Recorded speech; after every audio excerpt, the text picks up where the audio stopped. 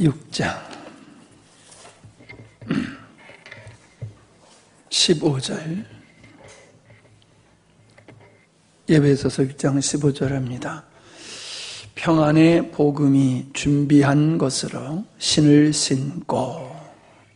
아멘. 평안의 복음에 대한 말씀을 오늘 나누도록 하겠습니다. 신이라고 하는 것은 발을 보호하는 것이고, 발을 보호하는 것은 사람이 걸음을 걷기에 도움을 주고 준비를 하는 것이지요. 신을 신지 아니하고는 오래 걸을 수가 없고 험한 곳을 갈 수도 없고, 또 특별히 전투를 한다라고 하면은 신발을 신지 아니하고는 전투를 할 수가 없지요. 신발이라고 하는 것, 발이라고 하는 것은 어떤 일을 하는 것임을 우리는 알 수 있습니다. 발, 걸어가야지 어딜 갈 수 있고, 걸어야지 어떤 일을 할 수가 있습니다. 걷지 아니하고는 아무것도 할 수가 없습니다. 그러니까 신발이라고 하는 것은 바로 그런 의미라고 본다고 했을 때에 복음과 연계해서 보면은, 복음이라고 하는 것은 그냥 듣고 끝나는 것이 아니다라고 하는 겁니다. 이 복음은 내가 그 복음을 들은 후에 복음으로 살아야 되는 것이며, 복음을 또 다른 사람에게 전해야 되는 것이다 라고 하는 것을 우리에게 보여주고 있는 말씀이지요. 복음을 들고 댕기라 그러지 않았잖아요. 복음을 메고 댕기라고 그러지 않았어요. 복음의 신을 신으라고 하는 것은, 복음은 들음으로 끝나는 게 아니고 그대로 행해야 되고, 또 다른 사람에게 그 복음을 들을 수 있도록 전해야 되는 사명이 복음 속에 담겨져 있음을 우리에게 보여주고 있습니다. 저는 오늘 이 말씀을 묵상을 하다가 이런 은혜가 되더라고요. 나에게는 좀 충격적이었어요. 하나님께서 아담에게 선악과를 따먹지 말아라 라고 하시는 말씀은 우리가 잘 아는 대로 선악과 나무의 열매를 그냥 단순히 열매 하나 따먹지 말라는 얘기가 아니잖아요. 그것은 네가 피조물로서의 자리를 지켜야 된다. 네가 감히 하나님의 그 주권과 하나님의 그 위치를 너희가 넘보아서는 안 된다. 탐해서는 안 된다. 그걸 말씀하고 있는 거잖아요. 이 선악과 먹지 마. 그것은 네가 하나님의 권위에 도전하면 안 돼. 그 말씀이거든요. 선악과 따먹으면 반드시 죽을 거야. 그 말씀은 네가 하나님의 권위를, 너 피조물의 위치에서 떠나서 하나님의 권위를 도전하면은 반드시 죽게 될 거야. 그 말씀이잖아요. 이 엄청난 말씀을 아담은 가볍게 여겼다가 결국 사단의 유혹에 의해서 그 엄청난 하나님의 말씀을 어기고 사망에 이르게 되지 않았습니까? 최초의 인간 아담에게 하나님께서 그 엄청난 말씀을 주셨다는 거예요. 엄청난 명령. 죽느냐 사느냐라고 하는 명령이지요. 하나님의 말씀에 순종하면 사는 것이고 그 말씀을 어기면 죽는 그 엄청난 말씀을 아담은 가볍게 여겼다는 거예요. 가볍게. 그런데 거듭난 하나님의 백성들은 아담과 같은 위치에 있다고 저는 생각을 합니다. 아담에 속한 모든 사람이 예수 그리스도의 십자가를 통하여 끝장나고, 예수 그리스도의 부활하신 예수 그리스도와 연합되어진 새로운 그 영혼들은 아담이 최초의 인간인 것과 같이 예수 그리스도 안에서 거듭난 영혼들은 새로운 피조물로서의 존재로 아주 위대한 존재라는 거지요. 그 새로운 존재, 그 위대한 존재에게 하나님이 또 엄청난 말씀을 하고 계십니다. 아담에게 주셨던 말씀과 같이 성령이 임하시면 너희가 권능을 받고 예루살렘과 유다와 사마리아와 땅끝까지 이르러서 내 증인이 되리라. 이건 증인이 되라라고 하는 얘기가 아니라 증인이 될 것이라는 거예요. 예.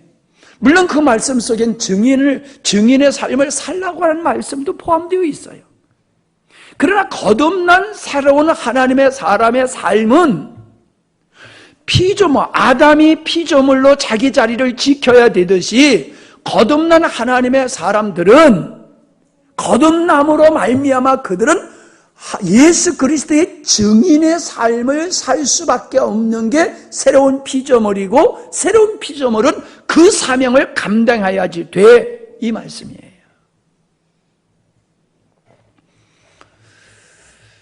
예수님께서 열매 맺지 않는 나무에 대해서는 저주를 하셨던 것을 우리가 잘 기억하고 있습니다.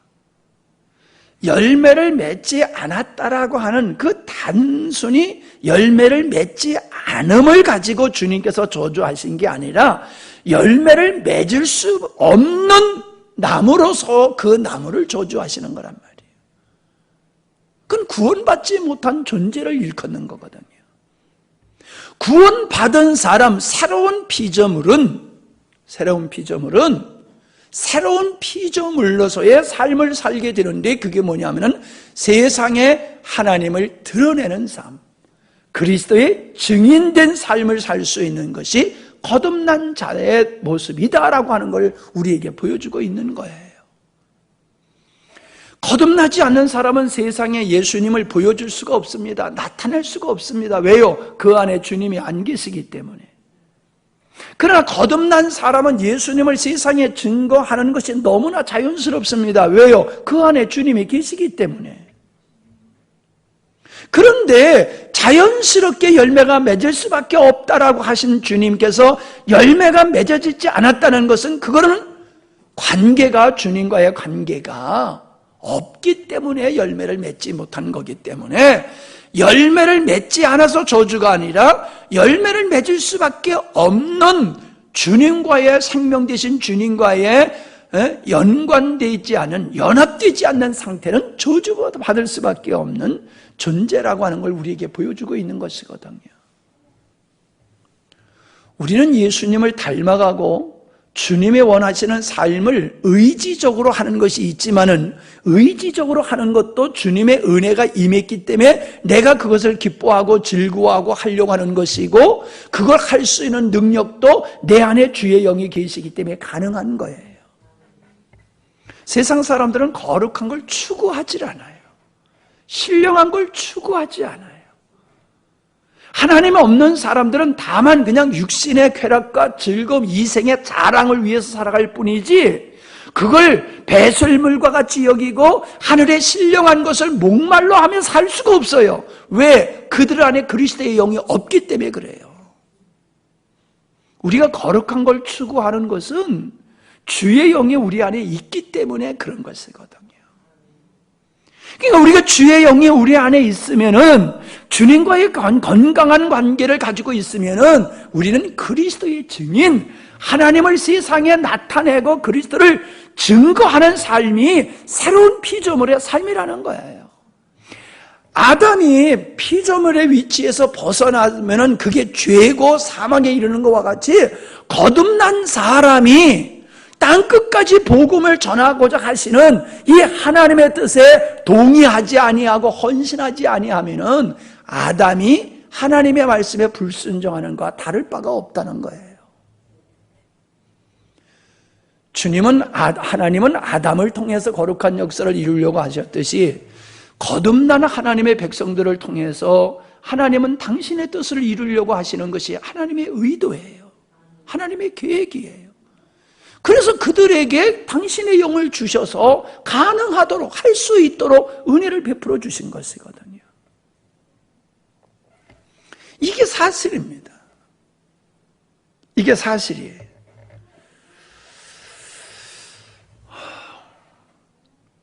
우리는 이 교회와 이 하나님의 아들이라고 하는 것이 같다라고 하는 것을 이미 알고 있습니다. 창세전에 하나님의 아들들을 얻기를 원하신다는 것은 아버지 하나님 편에서고, 교회는 예수 그리스도를 대하세는 하나님의 아들들을 신부라고 얘기하는 것이고, 하나님의 나라라고 하는 관점에서 보면 백성이라고 얘기를 하는 것이고요. 세상과 구별된 하나님 앞에 부름을 받은 하나님의 백성들을 가리켜서 교회라고 얘기하는 겁니다. 같은 얘기라는 거예요. 그러니까 우리는 예수님 믿고 천국 간다라고 하는 신앙의 구조를 가지고 있으면 아주 어린아이의 신앙에 머물러 있는 거지요. 우리는 우리 자신이 하나님에게는 자녀요, 교회요, 신부라고 하는 우리의 자신의 정체성을 우리가 인지할 뿐만 아니라, 하나님은 먼저 믿는 우리를 통해서 하나님의 아들들과 건강한 그리스도의 교회를 얻기를 원하시는 거예요. 그게 하나님의 목적이에요. 창조의 의도예요. 그러므로 먼저 믿는 우리가, 먼저 구원받은 우리가 하나님의 의도인 주님이 원하시는 하나님의 나라의 확장과 주님의 몸된 교회의 건강한 이 성장을 우리가 원하지 않는다라고 하면은 그건 구원받은 자로서의 참다운 모습이 아니라는 거예요. 구원받은 자의 마음속엔 그런 갈망이 있어야 된다는 거예요. 하나님의 나라에 대한 그리움과 하나님 나라의 확장에 대한 갈망이 있어야지 그게 건강한 성도라는 거예요. 나는 십자가 복음 들어서 다 알아. 말짱꽝이에요.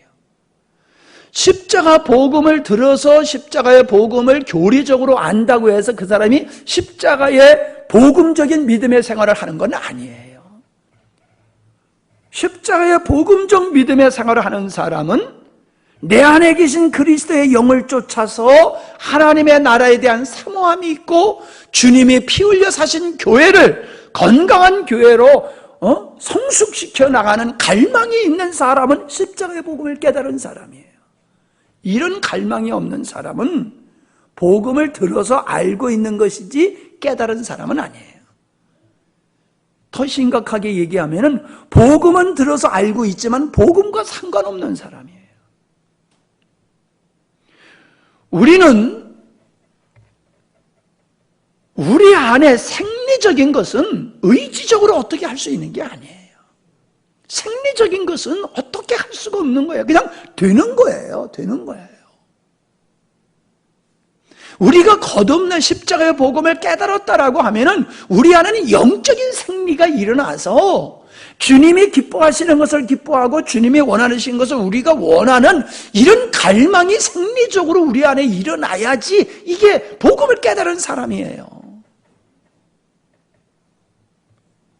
그런 갈망이, 그런 생리적 현상이 우리에게서 나타나지 않는다라고 하면은 그냥 우리는 복음을 들어서 알고 있는 거지 복음과는 상관없는 사람이다라고 하는 거예요. 그러니까 아담이 선악과를 따먹는 죄나 교회가 교회답고 성도가 성도다운 하나님을 세상에 드러내고 복음을 증거하지 않는 것이나 동일하다는 거예요. 쓸모없는 건 마찬가지예요. 피조물의 위치에 떠난 아담 인류는 죽을 수밖에 없는 그런 존재였어요. 교회가 하나님의 영광을 세상에 드러내고 복음을 전하지 않는 교회라고 하면 교회의 존재의 목적을 상실해버린 거예요. 교회의 존재의 목적을 상실해버린 거예요. 열매 맺지 않는 나무는 존재 가치가 없는 거예요. 그러니까 찍어버려야 된다고 그랬잖아요. 교회가 교회다워져야 되고 교회가 세상에 복음을 전하지 아니하면 교회는 더 이상 이 땅에 있을 필요가 없다는 거지요.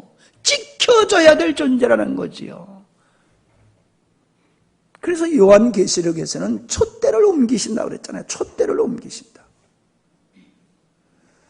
제가 소아시아에는 성지순례를 못 갔다 왔지만 갔다 오신 분들이 얘기를 들어보면요, 소아시아의 7교회 터를 가보면은 그 터가 지금도 남아있다는 거야. 터 얼마나 예배당을 잘 졌으면 터가 지금도 남아있다는 거예요. 터만 있지 예배당은 없고 예수 믿는 사람은 없다는 거예요. 그렇게 성경에 기록될 정도로 그렇게 위대한 교회들이 지금은 흔적조차 없고 다 모슬람 지역이 돼버렸잖아요. 촛대가 옮겨졌잖아요. 지금 영국의 교회가 이게 살아있는 교회가 아니지요. 촛대가 옮겨지고 있잖아요. 저는 영광스러운 교회가 주님이 오실 때까지 이 영광스러운 교회가 존재할지 못할지 전 참 궁금해요. 저는 이 복음으로 우리가 명확하게 쓰지 아니하면은 우리 교회도 세상 풍조에 그냥 맞춰서 흘러가다가 어느 시점이 되면은 이 땅에서 없어질 수도 있다는 생각이 들어요.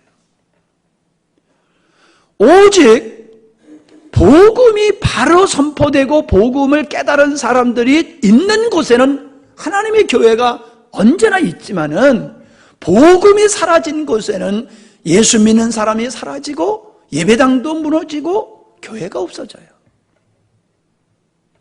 교회를 세우는 것은 오직 복음이에요. 복음이 사라지면 교회가 없어져요. 복음이 없는 교회는 형식으로만 있다가 세상 풍조에 다 갚버리고 그 영국의 그 어마어마하게 큰 교회에 할머니들 몇 분만 앉아서 교회에 있다고 하잖아요. 이슬람으로 팔려가잖아요. 이슬람으로 예배당에 팔려가잖아요. 우리나라에서도요, 교회가 부도화가 나면요, 이단들한테 예배당이 팔려가요. 이단들한테 예배당이 팔려가요.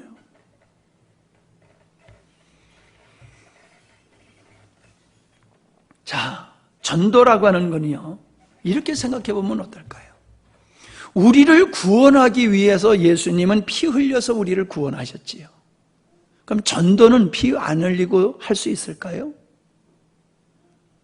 여러분, 구원도 보혈을 흘림으로써 구원이 이루어졌다고 하면은 이 복음이 전하여지는 일에도 피 흘림이 있지 아니하면은 복음이 전파될 수가 없어요. 역사를 보세요. 피 흘려지지 아니하고 복음이 들어간 곳이 있습니까?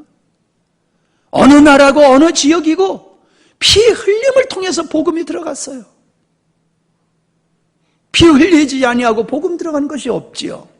그 말은 바꿔서 얘기하면 지금 우리가 멀리 가서 이방 사람들한테 피 흘리고 복음을 전하는 것이 못한다 할지라도 우리 주변에 가깝게는 우리 가족들, 친지들, 이웃들을 전도하는데도 피 흘리는 수고가 있지 아니하면 전도는 안 된다는 거예요. 구원이 피 흘림으로 이루어졌듯이 전도도 피 흘리는 수고를 통해서 이루어지는 것이다.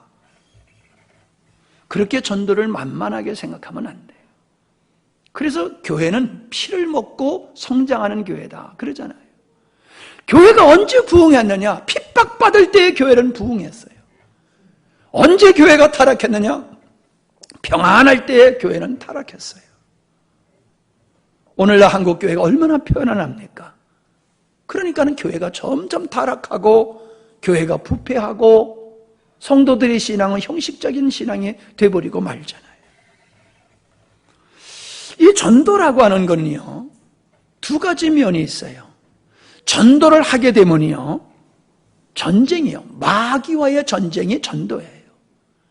여러분, 우리가 전도를 하지 아니하면 마귀를 공격할 수 있는 방법이 없어요. 우리가 전도를 한다라고 하는 것은 세상 나라 속에 하나님의 나라를 세워가고 하나님의 나라를 확장시키는 것이거든요. 그렇기 때문에 영적으로 마귀와 싸우지 아니하고는 전도가 될 수가 없는 거예요. 그러니까 우리가 전도를 하면 이건 마귀를 공격하는 것이 되는 거예요. 마귀를 공격하는 게 되는 거예요. 전도를 하면. 그러니까 전도하면 핍박이 오는 거예요. 전도 안 하는데 핍박이 옵니까? 전도하면 핍박이 와요. 왜? 마귀를 공격하는 것이 되기 때문에 그래요. 그래서 우리가 이 땅에 마귀의 나라를 멸하고 그 속에 있는 영혼들을 구원하기 위해서는 전도라고 하는 전투를 통해서 복음을 전하고 마귀를 멸하고 복음을 전하고 영혼들을 건져내는 일이다 라고 하는 것을 우리가 인식을 해야 될 줄 압니다. 뿐만 아니라요, 전도를 하게 되면 내 신앙에 놀라운 은혜를 입게 되어 있습니다. 전도를 하면은요, 신앙에 불붙게 되어 있어요. 전도를 해보세요. 해보세요. 이 말로 안 돼요. 여러분의 전도를 하면요, 여러분이 가슴이 뜨거워지고 확신이 생기고 담대함이 생기고요, 신앙의 열정이 생겨요. 자다가 어리버리한 것 같던 사람이 전도를 하게 되면요, 정신이 말짱하고요, 생동생동하고요, 힘이 생겨요. 전도 안 하면요, 그냥 점점 시들어져요. 점점 시들어져요. 형식적이고 종교적이고 관념적으로 점점 다운이 돼요. 종교적 행위는 그대로 하지만 그 안에 생명의 풍성함이 없습니다. 전도를 하는 수고와 전도를 하면서 어려운 일을 겪게 되어졌을 때에 희한하게 자기의 마음속에 믿음이 증가되고 담대해지고 성령 충만케 되어지는 걸 여러분이 경험하실 수 있을 거예요. 우리가 신앙에 매가리가 없는 것은 전도를 안 하기 때문에 그런 거예요. 네. 그러니까 기독교는요, 가만 놔두면 죽게 돼 있어요. 가만 놔버리면 기독교는 그냥 스스로 꺼져버리게 돼 있어요. 근데 기독교를 흔들어 버리면요, 기독교는 점점 강성해집니다. 그러니까 우리가 마귀가 우리를 전도를 못하게 하는 것은 영혼을 구원 못하게 하는 것도 있지만은, 전도를 하지 않는 신앙은 형식적인 신앙으로 그냥 사고로들기 때문에 전도를 안 하고 그냥 너나 예수 잘 믿어, 너나 예수 잘 믿지 뭘 남을 그렇게 자꾸 싫다는 사람을 자꾸 그렇게 괴롭히냐, 뭐 이런 생각으로 전도를 못하게 하는 것이 사단의 전략이다라고 하는 겁니다. 그래서 성경에 보면은요, 에스겔서 37장에 보면 그 마른 뼈들에게 생기의 바람이 들어오니까는 그 마른 뼈들이 큰 군대가 되어지는 환상이 나오지요. 그 마른 뼈라고 하는 것이 포로된 이스라엘을 가리키는 거지만은, 또 다른 면으로 바라보면은 생명 없는 신앙이 백골이 된 것과 같은 그렇게 나약한 영혼을 일컫는 것이 될 수가 있어요. 그렇게 신앙이 아주 백골이 되듯이 힘이 하나도 없는 그런 영혼 속에 생기가 들어가니까는 그가 큰 군대가 됐다고 그랬거든요. 여러분, 인간적으로 우리는 백골과 같은 존재예요. 그러나 성령이 임하시면 우리는 강한 군사가 되는 겁니다.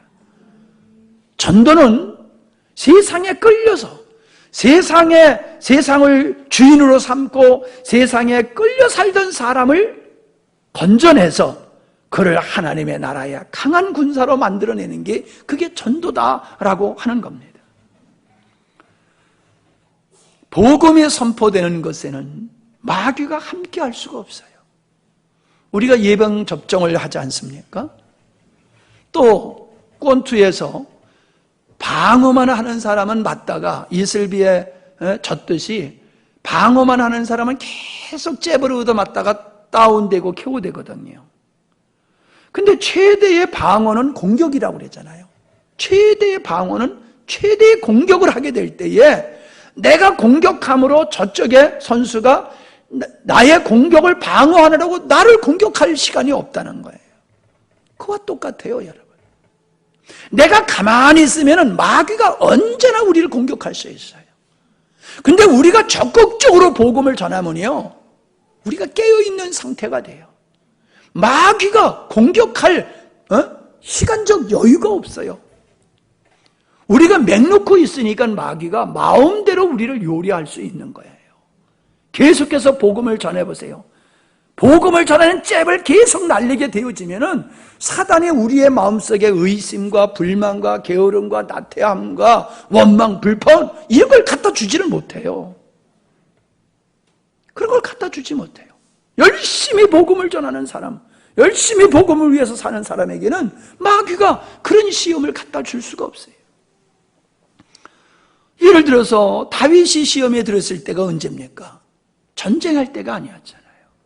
한가롭게 놀고 있을 때에 그때 그가 시험에 들었잖아요. 영적으로 그렇게 우리가 깨어있는 상태에 있게 되어지면은 우리는 마귀의 모든 화전을 미연에 방지할 수 있다라고 하는 것입니다. 우리가 복음을 전하면 먼저 우리가 복을 받게 돼 있어요. 어떤 복? 심령의 부흥의 복. 내 안에 심령의 부흥이 일어나는 이 놀라운 복을 받고요.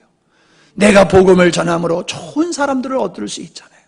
아름다운 가정을 만들 수 있고, 좋은 친구를 만들 수 있고, 좋은 이웃을 만들 수 있고, 좋은 동료를 만들 수 있고, 좋은 사람, 그런 사람을 우리가 복음을 전함으로 그 사람들이 복음으로 돌아옴으로 말미암아 좋은 형제, 이웃이 될 수 있고 동역자가 될 수 있는 거예요.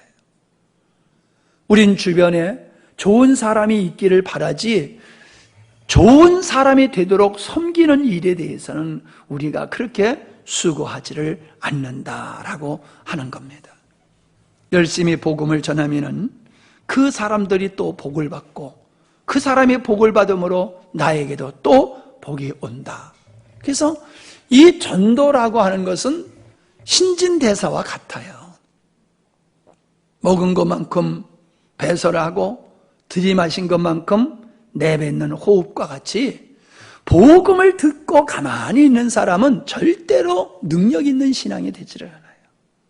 복음을 전해야 돼요.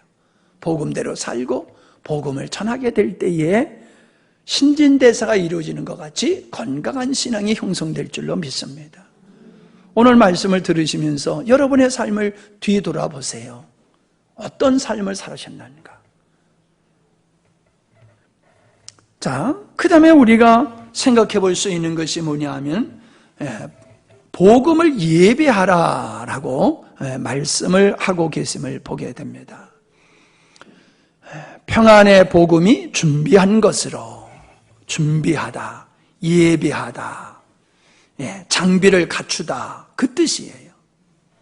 그러니까 무슨 얘기냐 하면 전쟁터에 나가게 되어지면은 완전 무장을 하잖아요. 완전 무장하고 나가고 진짜 전투할 때는 그거 다 내려놓고 총과 실탄만 가지고 그리고 백병전을 하고 그렇게 싸우잖아요.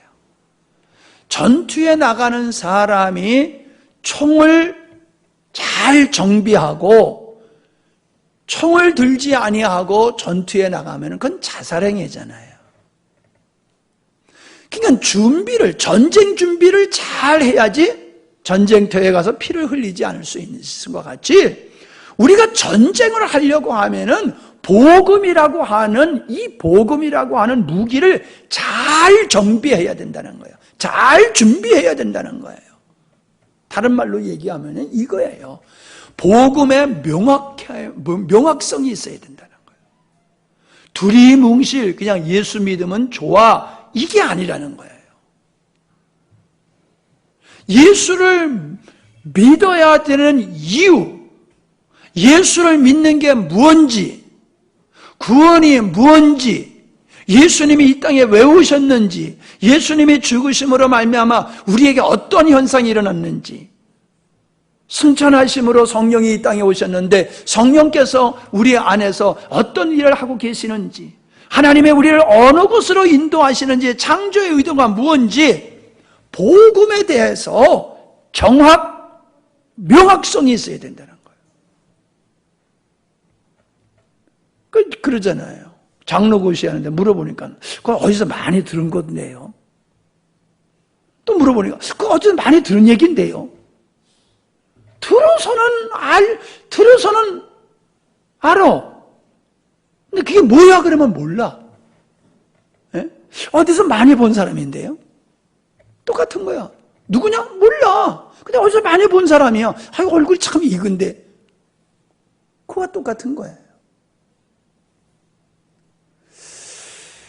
제가 좀 실명을 거론해서 좀 안 됐지만은 여러분에게 충격을 주기 위해서, 그리고 그 사람의 내가 인격을 모독하기 위해서 하는 것이 아니니까 실명을 거론하면서 제가 말씀을 드리겠는데, 이번에 내가 충격을 받은 게 뭐냐 하면은 그 지혜 할머니가 돌아가셨잖아요. 우리 나정기 집사님이 얘기를 해서 제가 참 헷갈렸어요. 가야 되는지 말아야 되는지. 왜냐하면 그분이 최태수 씨를 따라서 큰 믿음 교회로 갔잖아요. 그냥 교회를 옮기는 게 아니에요. 그 사람들은 우리 교회에 구원이 없다라고 이 얘기를 한 사람들이에요. 구원이 없다라고 한 사람을 쫓아갔어요. 그건 똑같은 사람이잖아요. 그럼 우리를 구원이 없다라고 얘기를 한다라고 하면은 이거는 엄청난 사건이잖아요.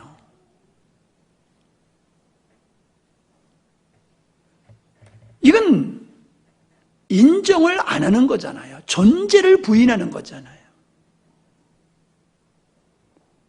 그런 상태에서 인간적인 관계를 가질 수가 없는 거잖아요. 성경은 이단들하고는 인사도 하지 말라고 그랬단 말이에요. 이단들하고 인사도 하지 말라고 그랬다고. 우리 보고 구원이 없다라고 얘기하는 사람한테 내가 이걸 가야 돼 말아야 돼? 안 가려고 내 마음을 먹었어요. 근데 충격적인 건 전화가 왔다는 거예요, 사모님한테. 우리 시어머니 돌아가셨으니까 조문 와달라고. 그래서 나가 솔직히 할 수 없어 갔어요. 할 수 없어서. 안 가면은 얼마나 욕을 하겠어요, 또. 그런데 지금 자기가 어떤 일을 하고 있고 무슨 짓을 하고 있는지를 몰라요. 전 그게 충격이에요. 아니, 복음을 안다라고 하면은 그렇게 교회를 그렇게 옮길 수 있는 게 아니에요. 그냥 뭐 이렇게 옆에 교회로, 이웃 교회로 옮길 수는 있어요. 뭐 그건 충분히 제가 이해를 해요. 뭐 죽으나 사나 우리 교회 꼭 다녀야 된다고 저는 그런 생각을 안 해요. 그러나 이단으로 가는 것은 이제 완전히 신앙적으로 극과 극을 달리는 거잖아요. 우리에게 구원이 없다라고 하면 그가 우리를 이단으로 정죄하는 거잖아요. 우리를 이단으로 정죄하면서 어떻게 교제를 하자는 거냐 말이에요. 난 너무나 그 충격이었어요. 여러분 솔직히 그러시지요. 귀가 따갑도록 복음에 대한 얘기를 듣는다고. 십자가 복음, 자아부인. 아주 귀가 따갑도록 듣는다고 여러분 그런 얘기들을 하시는 걸 내가 알고 있어요. 근데 그렇게 들어도 모르잖아요.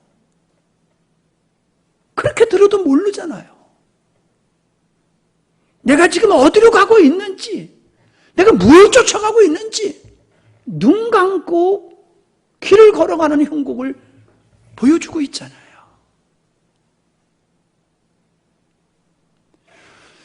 여러분, 먼저 우리가 복음의 명확성이 있어야 됩니다. 복음의 명확성이 있어야 돼요. 복음의 명확성이 없으니까는 이래도 저래도 이래도 좋아 저래도 좋아,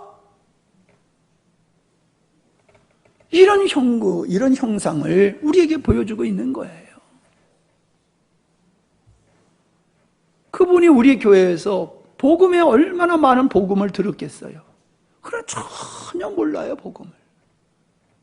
복음을 알면 갈 수도 없고, 진짜 자기가 행동이 어떤 것인 줄 알면은 그렇게 전화해가지고 그런 사실을 알릴 수 있는 게 아니에요. 저는 이래서 소리 질러서 제가 설교를 하는 겁니다. 제발 좀 똑바로 듣고 똑바로 좀 알라고. 구원 받는 줄 착각하다가 지옥 갈 사람이 있을 것 같다고 제가 그렇게 하면서 소리 지르면서 설교하는 이유가 이런 현상이 나오기 때문에 그러는 거예요. 내가 그러잖아요. 다른 교회에서 2단으로 가는 사람 보고 똑바로 못 가르쳐가지고 2단으로 간 줄 알았더니 아니더라는 거예요.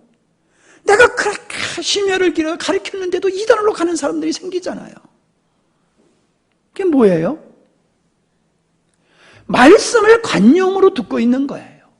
내가 듣고 싶은 식으로만 듣는 거예요. 그냥 소리만 듣는 거지 의미는 전혀 없는 거예요.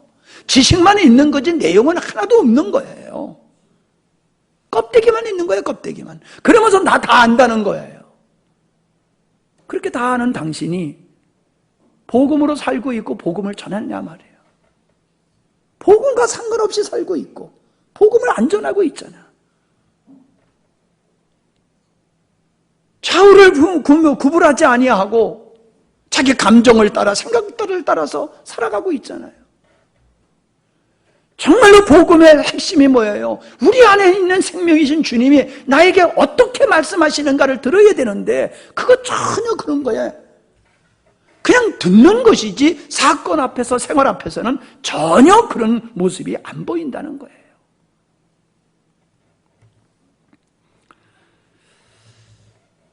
우리는 복음을 전하되 타협해서는 안 돼요. 그러나 지혜롭게 또 해야지 돼요. 가톨릭이 복음을 전하는 데는 지역의 토속 종교하고 결탁을 해가지고 어느 지역에 가든지 그 지역의 토속 종교하고 짬뽕이 되는 게 가톨릭이에요. 그래서 나라마다 가톨릭의 그 신앙의 모습들이 달라요. 그들이 섬기는 사진을 갖다 놓고 섬긴다든지 인형을 갖다 놓고 섬긴다든지 그들이 섬기는 걸 보면요 다 달라요. 왜? 그 나라 토속 종교하고 짬뽕했기 때문에 그래요. 이거는 복음의 능력을 상실할 수밖에 없는 거지요.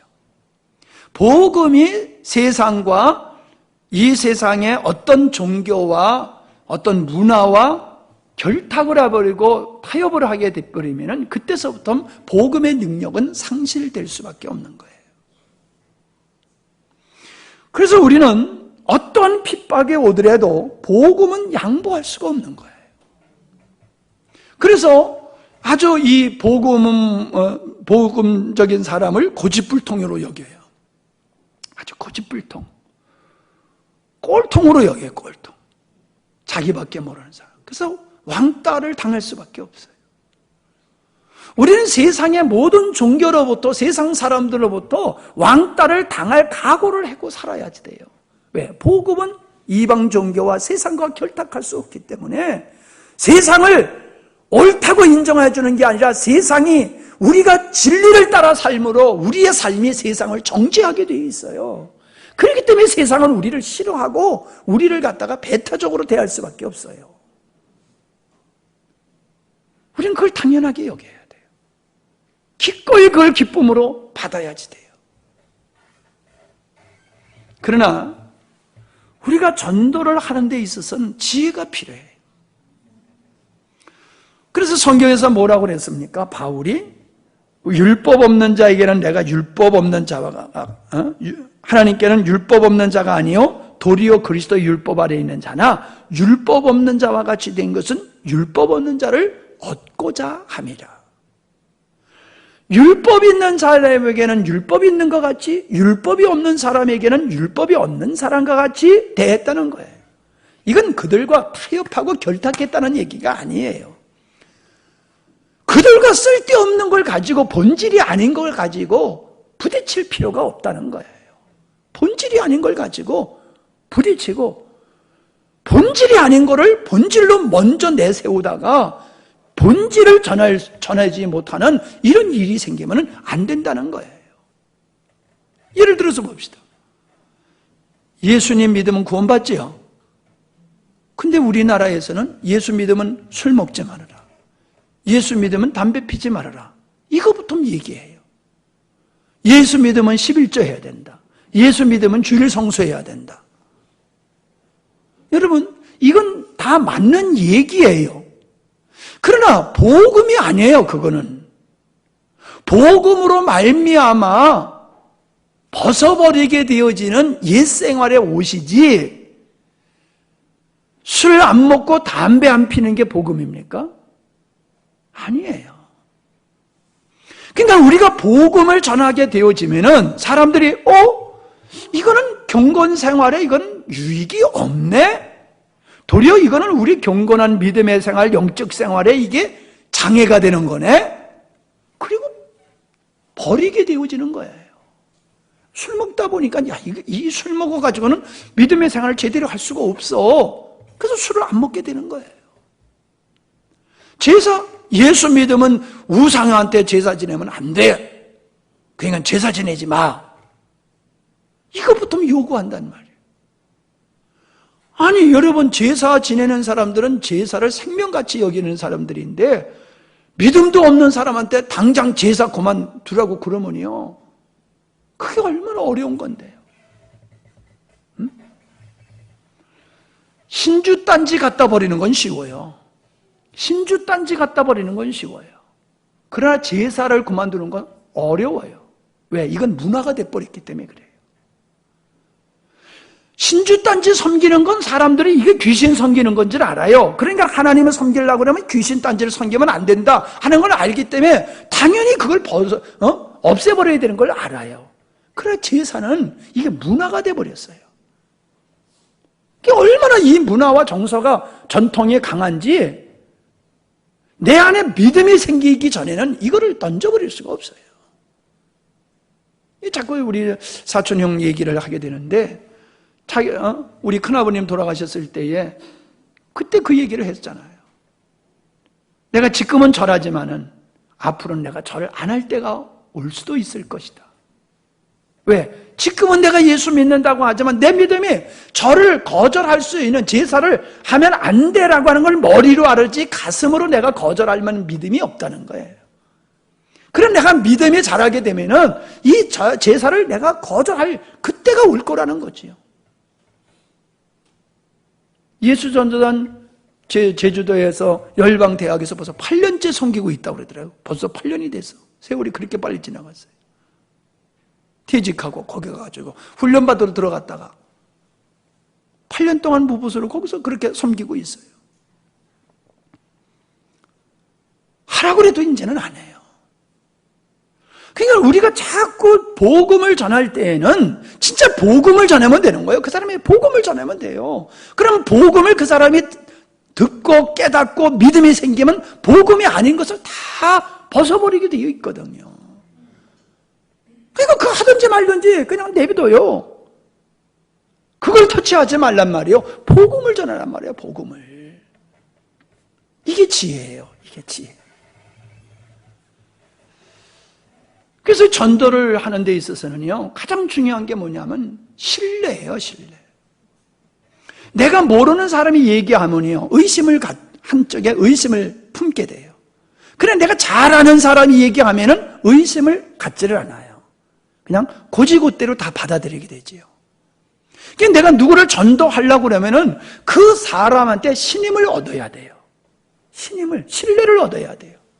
아, 이 사람은 참 정직한 사람, 신실한 사람, 진짜 믿음의 생활을 하고 있는 사람, 이런 신뢰를 얻어야지 돼요. 내가 신뢰를 얻지 못한 상태에서 복음을 전하면은 복음이 들어가지를 않아요. 왜? 나를 신뢰하지 않기 때문에 복음도 신뢰하지 않아요. 그러니까 나를 신뢰하면은 저 사람이 복음도, 제시하는 복음도 신뢰하게 되어 있어요. 그래서 여러분이 전도를 하려고 하면요, 가장 중요한 게 뭐냐면은, 전도를 하고자 하는 마음이 생겨야 되고, 의도적으로 내가 전도를 하고자 해야지 돼요. 가만히 있으면 안 돼요. 그럼 의도적으로 내가 전도를 하고자 할 때에 첫 단계가 뭐냐? 좋은 관계, 신뢰를 쌓는 관계로 맺어가야 된다는 거예요. 다짜고짜 교회 갑시다. 예수 믿고 전당 가세요. 말은 맞는 말이지만 그게 지혜가 없는 거예요. 그 사람이 지금 마음의 상태, 환경의 상태, 지금 이 사람의 마음이 닫혀 있는지 열려 있는지를 보고서 해야지. 마음이 꼭 닫혀 있는 데다가 던져버리면 이게 불에다 기름 껴는 거하고 똑같이 되는 거예요. 안 되는 거예요. 그 사람이 마음을 열도록, 그렇게 오픈을 할 수 있도록 좋은 관계를 해가는 거예요. 그래서 자주 만나야 돼. 차도 마시고 점심도 저녁도 가끔 먹고 그 사람이 좋아하는 취미생활, 생활체육 같은 것도 좀 같이 하고 경조사에 가서 인사를 하고 어려운 일이 있으면 가서 같이 위로하고 좋은 일이 있으면 같이 축하해주고 그 좋은 관계를 맺어가다 보면은 묻어가는 거예요. 관계 속에서 묻어가는 거예요. 아, 이 사람이 믿음을 생활을 하기 때문에 이런 거로구나. 자꾸 호기심에 갖는 거예요. 호기심에 갖는 거예요. 그걸 또 물어보는 거예요, 자꾸. 궁금하니까. 궁금하면 물어보면 그때 답해주면 되는 거거든요. 이 관계전도예요. 그러다가 좀 가까워지면은 같이 구역 식구하고 같이 차 마시기도 하고. 자꾸 교회 식구를 만나게 해가지고 사귀게 하는 거예요. 교회 나오기 전에. 그래서 교회 나오기 전에 이미 교회 식구들 거반 다 알아. 그럼 그 사람이 교회 나오기가, 신앙생활하기가 얼마나 편하고요. 쉽겠어요. 여러분, 희한하게 교회 나오는 게 그렇게 어려운 거예요. 예. 그냥 나오면 될 것 같지만요. 여러분 낯선데 여러분 한번 들어가려고 그래보세요. 낯선데 한번 들어가려고 그러면 얼마나 그 뒤통수가 따갑고 힘들고 어렵습니까? 근데 거기 그런 데 가는데 누가 아는 사람이 있으면 얼마나 위로가 되고 힘이 됩니까? 내가 아는 사람이 하나 있으면 그 사람 때문에 그냥 기가 살잖아요, 그냥. 예? 그렇게 우리가 관계가 돼야 되는 거예요. 여러분이 전도하고자 하는 사람은 그렇게 해서 여러분의 주변에 있는 사람을 우리 성도들이 다 알아야 돼요. 아주 친숙하게 알아야 돼요. 그러니까 교회 행사가 있어서 초청을 하면은 안 올래야 안 올 수가 없어야 돼. 왜? 그동안에 얻어먹은 게 있거든. 받은 게 있거든. 그러니까 싫어도 올 정도로 관계가 그렇게 만들어져야 되는데 관계가 없어요. 관계가. 사실 목사님의 전도하기가 어려운 것이 뭐냐 하면은 불신자를 만날 수 있는 기회가 별로 없어요. 다 예수 믿는 사람만 만나는 거지 안 믿는 사람 만나는 기회가 별로 없어요. 그러니까 목사님의 전도하기가 좀 어려운 거예요. 그러니까 나는 누굴 전도하느냐? 여러분이 전도하고자 하는 사람을 내가 전도하는 거. 여러분이 전도를 도와주는 거. 그게 내가 할 일이지 내가 생판 전도하기가 그게 쉽지를 않아요. 만날 기회 자체가 별로 없기 때문에. 예. 평안의 복음이라고 말씀을 하고 있는데 복음이 선포되어지는 것은 영적인 전쟁이 일어나서 분란이 일어나요. 그래서 시어머니와 며느리가 싸우고 아버지와 아들이 싸우고 서로 집안에 분란이 일어나게 돼 있어요. 예, 분란이 일어나게 돼 있어요. 그러나 이 분란은 평화를 위한 분란이에요. 마귀의 종되었던 삶에서 벗어나기 위한 영적 싸움이에요. 그래서 이 전도라고 하는 영적 싸움이 없이 진정한 평안이란 있을 수가 없는 겁니다. 국가의 안보도 전쟁을 통해서 평화를 얻듯이 영적 평화도 원수와 싸워 이겨서 얻는 평화가 돼야지 마귀와 타협을 하고 휘전 상태와 같은 평화는 그건 진정한 평화가 아니다. 그래서 오늘 말씀 평안의 복음의 신을 우리가 신어야 된다라고 하는 거 우리가 말씀을 살펴봤습니다. 기도하십니다.